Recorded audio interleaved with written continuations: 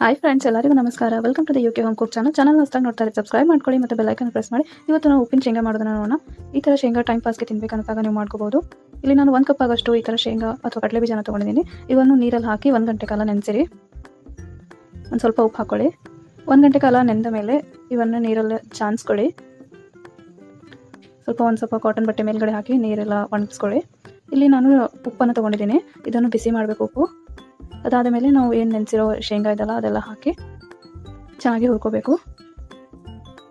Medium ಫ್ಲೇಮಲ್ಲಿ ಇಟ್ಕೊಂಡು continue ಆಗಿ ಕೈ ಆಡಿಸ್ತಾ ಹುರ್ಕೋಬೇಕು.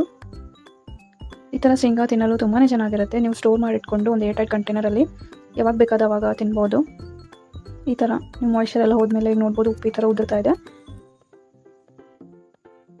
ಕಂದು ಬಣ್ಣ ಬಂದ ಮೇಲೆ ಗ್ಯಾಸನ್ನು ಆಫ್ ಮಾಡಿ ಉಪ್ಪೆಲ್ಲ ಜಾನ್ಸ್ಕೊಳ್ಳಿ.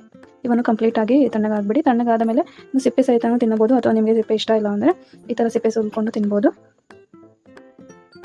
ಉಪ್ಪಿನ ಶೇಂಗಾ ತಿನ್ನಲು ರೆಡಿ ಆಗಿದೆ.